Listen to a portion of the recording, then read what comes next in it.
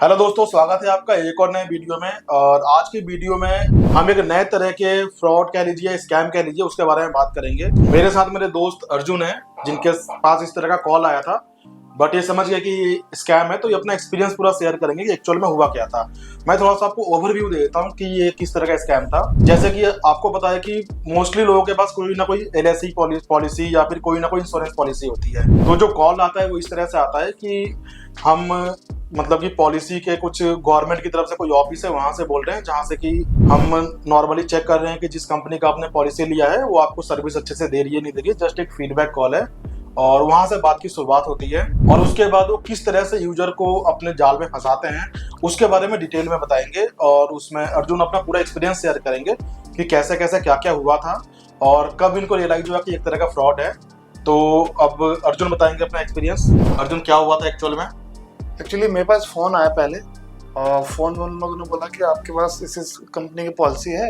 Actually उनके पास मेरा data था, मेरे पास किस कंपनी की पॉलिसी थी एग्जैक्ट, और एक मिनट में यहाँ पे बता दूं, एक्चुअल में जो डेटा था की जो बात है, एक्चुअल में आज की डेट में हो ये रहा है कि हम किसी भी वेबसाइट पर रजिस्टर्ड होते हैं या कोई भी पॉलिसीज लेते हैं, आज की डेट में सारा डेटा डिजिटल है। और डिजिटल डेटा है लेकिन सिक्योरिटी उतनी अच्छी नहीं है। मैक्सिमम डेटा लीक हो रखा है, सबका डेटा लीक हो रखा है। मेरे पास खुद ट्रू कॉलर का पूरा डेटाबेस पड़ा हुआ है, जो कि मैंने, और बहुत ही सस्ते में मिलता है, मैंने खुद 250 रुपए में वो डेटाबेस परचेज किया था, जिसके अंदर पूरे इंडिया का डेटाबेस है। जिसने भी ट्रू कॉलर अपने फोन पे डाला है, इंस्टॉल किया है, वो सारे कॉन्टेक्ट का डेटाबेस है। तो डेटा कहीं से अरेंज करना या मिलना इतना मुश्किल नहीं है कि उन लोगों के पास नहीं होता है। और ये ऑनलाइन फेसबुक वगैरह पे ही मिलता है। मैंने भी फेसबुक से लिया था। ये जस्ट मैंने आपको बताने के लिए बताया कि डेटा कितनी इजिली अवेलेबल है। तो अब अर्जुन, आप शुरू कीजिए। तो उसमें उन्होंने बोला कि आपके पास इस कंपनी की पॉलिसी, कोई भी इंश्योरेंस पॉलिसी है जिसके लिए आपके पास उनका प्रॉपर फीडबैक आता है कि नहीं आता, जो भी आपके एजेंट है आपके पास कॉल करते हैं कि नहीं करते, आपको बताते नहीं आपकी अमाउंट की वैल्यू क्या है। तो लॉजिकली ऐसा कोई आता नहीं है किसी के पास कॉल हो। तो मैंने भी कहा कि नहीं, मेरे पास तो ऐसा कुछ आता नहीं है। अगर ऐसा गवर्नमेंट ने फीडबैक चालू किया तो बहुत अच्छी बात है, इनिशिएटिव लिया है तो बहुत अच्छी बात है। बिल्कुल। तो मुझे वो अच्छा लगा उस समय। मैंने कहा नहीं, ऐसा तो कुछ आता नहीं है। तो उन्होंने कहा ठीक है, मैं आपका जो कॉल है ये फॉरवर्ड करता हूँ अपनी कंसर्न टीम को, वो आपको कॉल करेंगे। मैंने कहा ठीक है। तो इतनी बात हुई, उसके बाद वो फोन कट गया। अब देखिए, यहाँ पे एक्चुअल में अब किसी के पास भी पॉलिसी होती है, जैसे मेरे पास भी पॉलिसी है, तो कभी भी जो पॉलिसी वाली कंपनी है कब कॉल करती है, सिर्फ रिन्यूअल के टाइम पे। मोस्टली कभी भी फीडबैक के लिए कोई कॉल करता ही नहीं है। तो इस चीज़ का ही वो लोग फ़ायदा उठाते हैं कि वो करते हैं कि फीडबैक लेने के लिए कि आपकी पॉलिसी जिस कंपनी से ली हुई है, क्या आपको कभी उन्होंने कोई कॉल किया, या आपका एक्सपीरियंस कैसा है, आपको कुछ अपडेट देते हैं नहीं देते हैं। तो मोस्टली नहीं देते हैं। कब आता है कॉल? जब रिन्यूअल का टाइम आता है, तब कॉल आता है कि जब आपका पॉलिसी रिन्यू है या रिन्यूअल होना है। तो ऑब्वियस सी बात है, किसी यूजर को नहीं पता होता कि हाँ ये कर रहा है कॉल, या फिर कोई ऐसी कॉल आती है हमारे पास। तो यूजर यही बोलते हैं नहीं मेरे पास कॉल नहीं आई। वैसे अर्जुन ने भी बताया कि मेरे पास ऐसी कोई भी कॉल नहीं आई है। तब उन्होंने कॉल को अपने कंसर्न डिपार्टमेंट के पास ट्रांसफर किया। अब उसके बाद ये बताएंगे क्या हुआ था आगे। हाँ, तो वो ट्रांसफर करने का है कि दो या 3 दिन में मेरे पास दोबारा फोन आया। तो उस फोन में उन लोगों ने पूछा कि आपने कंसर्न रेज किया? तो मैंने कहा हाँ, ऐसी बात है कि पॉलिसी का फीडबैक मेरे पास नहीं आ रहा। ठीक है। तो उसका उन्होंने कहा कि ठीक है, मैं आपकी कॉल या आपकी कंप्लेन रेज कर लेता हूँ। जो भी कंसर्न पॉलिसी डिपार्टमेंट है मैं उनसे बात करूंगा कि भाई आप क्यों नहीं दे पा रहे हो, और जो भी पॉलिसी का एजेंट है उनके खिलाफ एक कंप्लेन रेज होगी। वो कहेंगे हम अपने बिहाफ पे कंप्लेन रेज करेंगे कि वो आपके पास क्यों नहीं है फीडबैक दे रहे हैं। तो इतनी बात हो कि वहाँ से फ़ोन कट गया, और फिर बोला गया कि मुझे कि कुछ दिन बाद आपके पास फीडबैक आ जाएगा कि क्या हुआ कैसे हुआ। तो यहाँ पे ये सेकंड बार फ़ोन कट हो गया। तो मुझे लगा सब कुछ जेन्युइन है, ना मुझसे कोई डिटेल पूछी गई ना कुछ पूछा गया। तो मुझे और ये प्रोसेस में एक्चुअल में डिले हो रहा था, क्योंकि वो इमीडिएट कॉल करके सेम डे कुछ नहीं कर रहे थे। हाँ, उन्होंने एक बार कॉल किया, फिर 2-3 दिन का गैप लिया, फिर अगला कॉल किया, फिर उन्होंने 2-3 दिन का गैप लिया, फिर अगला कॉल ये कर रहे हैं। तो उसमें किसी भी यूजर को लगेगा कि हाँ ये गवर्नमेंट डिपार्टमेंट से कॉल अगर आ रहा है तो नॉर्मली इतना टाइम लगता है, तो इतना टाइम लग रहा है, तो ये जेन्युइन है। यूजर को यही फील होगा कि एकदम जेन्युइनली इस तरह से हो रहा है। अब आगे बताइए, आगे क्या हुआ? उसके बाद जब लास्ट कॉल आई मेरे पास, तो उसमें सारी डिटेलिंग वगैरह हुई है। उनके पास मेरा पॉलिसी नंबर था, उन्होंने बताया कि ये पॉलिसी नंबर है। उन्होंने मुझे डिटेल बताया कि आपकी पॉलिसी का नंबर ये है, एग्जैक्ट वैल्यू क्या है। मैंने पूछा कि आप मुझे डिटेल बताओ। पहले वो मुझसे जानना चाहते मेरी पॉलिसी की वैल्यू क्या है। वे मुझे तो एग्जैक्ट पता नहीं, तो मेरे पास इन्फॉर्मेशन थी लेकिन उनको बताई नहीं। लेकिन फिर भी उन्होंने मुझे जो इन्फॉर्मेशन बताई वो लास्ट 1 या 2 मंथ पहले की थी, एग्जैक्ट नहीं थी। लेकिन हो सकता है कुछ मैंने उस पर ध्यान नहीं दिया। बिल्कुल। उसके बाद उन्होंने कहा कि मैंने बात की कंसर्न टीम से, तो हाँ उनकी तरफ से गलती हुई है, उन्होंने माफी मांगी है। और क्या आपको एक बात और बताई गई है? तो मैंने पूछा क्या? उन्होंने कहा कि इस पॉलिसी में जो भी आपका लास्ट में फाइनल अमाउंट बनेगा उसका 25% वो जो एजेंट है उसके पास रहेगा, रेस्ट आपके पास रहेगा। तो मैंने कहा कि भैया टोटल उन्होंने 30-35% का रेशियो था, इतना मुझे मिलेगा, उसमें अगर 25% एजेंट ही रखेगा तो मुझे क्या मिलेगा? उस समय मैं थोड़ा सा पैनिक हुआ, भाई ऐसी बात है तो मेरे साथ उन लोगों ने फ्रॉड किया।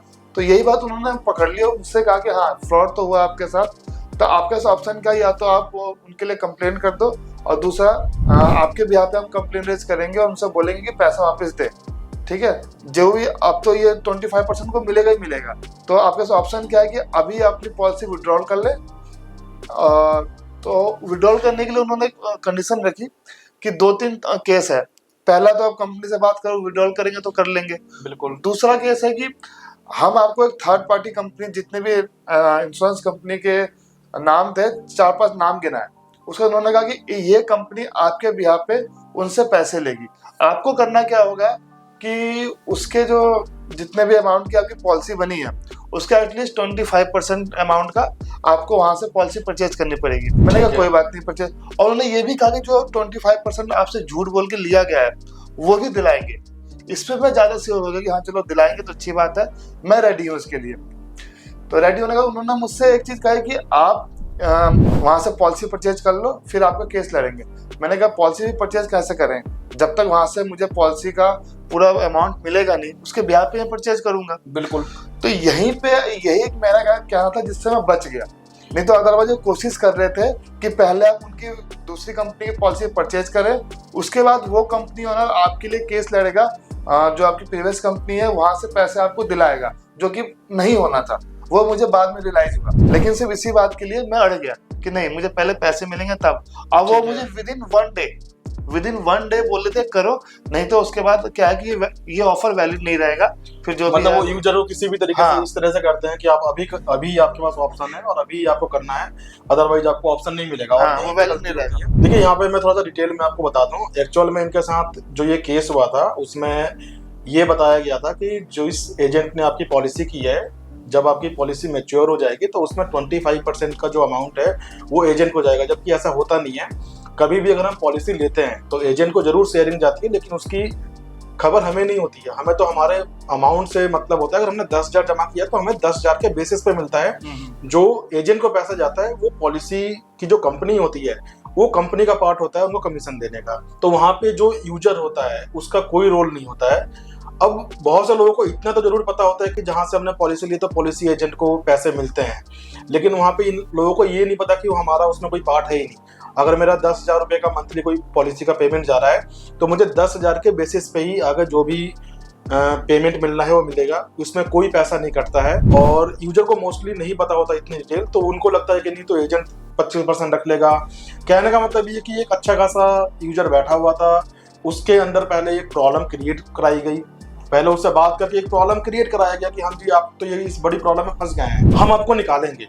अब दूसरा उन्होंने ऑप्शन क्या कहा कि आपकी पॉलिसी जो कंपनी जिस कंपनी ने दे रखी है उस कंपनी से हम लोग केस करेंगे, केस लड़ेंगे, और केस लड़के जो आपका पैसा उन्होंने एक्स्ट्रा 25% जो आप पे कर रहे हो जो आपके एजेंट को जाएगा वो पैसा हम उनसे रिफंड लेंगे, लेकिन आपको उस पैसे की पॉलिसी अब को दूसरी कंपनी से खरीदनी पड़ेगी। कहने का मतलब उनका ये था कि आप वहां से पैसे 25% निकाल के आप यहाँ पे पैसा डाल दो। तो यहाँ पे अर्जुन कैसे बचे, क्योंकि अर्जुन को रियलाइज हुआ कि मैं वहां से पैसा निकाल के यहाँ पे डालूंगा तो कब डालूंगा, जब मेरा वहां से केस क्लियर हो जाएगा, जबकि कोई ऐसा इशू था नहीं, उन्होंने इशू क्रिएट करवाया। पहले इसमें 2 पॉइंट मैं बताना चाहूंगा। 2 पॉइंट, पहला पॉइंट कि मैं वहां से पैसे निकाल रहा हूँ, बिल्कुल। तो पैसे निकाल रहा हूँ तो आपने कहा कि 25% आप मुझे दिलाएंगे, ठीक है, लेकिन वो तो मुझे मिल नहीं रहे थे। बिल्कुल उनके अकॉर्डिंग तो 25% माइनस करके मुझे मिल रहे थे। बिल्कुल। तो जब तक वो केस आप लोग लड़ोगे नहीं, वो फाइनल नहीं होगा, वो अमाउंट मुझे मिलेगा नहीं। बिल्कुल। तो मैं पॉलिसी का सरेंडर कर लूंगा तो क्या गारंटी कि वो पैसे मुझे वापस मिलेंगे। इस बात पे उनसे मैंने आर्ग्यू भी किया, कोई गारंटी है नहीं। तो उन्होंने कहा कि सर आपको करना ही पड़ेगा, आपके पास कोई ऑप्शन है नहीं,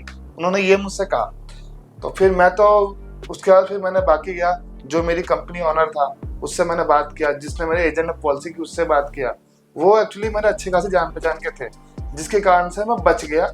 उनसे पूरी डिटेलिंग ली और देखा कि नहीं 25% उनके पास नहीं जा रहा है, कुछ अमाउंट कटता है वो है, लेकिन 25% उनके पास नहीं जाएगा, ये श्योर हुआ तब जाके मुझे पता लगा ये फ्रॉड है। अगर मैं चेकिंग नहीं करता तो मैं भी फंस जाता। देखिए इसमें सिंपली जो तरीका है ना, क्योंकि बहुत सारे लोगों की पॉलिसी होती है, तो किसी को भी लगता है कि कोई नहीं सर्विस कॉल है, हम उसमें डिटेल बता देते हैं या बात उनसे करने लगते हैं और इसी का वो फायदा उठाते हैं। वो पहले आपको पैनिक करेंगे, आपको एक मतलब कि एक इन्वायरमेंट ऐसा क्रिएट कर देंगे आपको, आपके लिए बात कर करके कि आपको लगेगा कि हाँ मैं प्रॉब्लम में हूँ, जबकि एक्चुअल में कुछ नहीं होता। और फिर वहीं पे वो आपसे गलत डिसीजन करवाते हैं और उसके बाद वो फ्रॉड करते हैं, पैसा लेते हैं आपसे।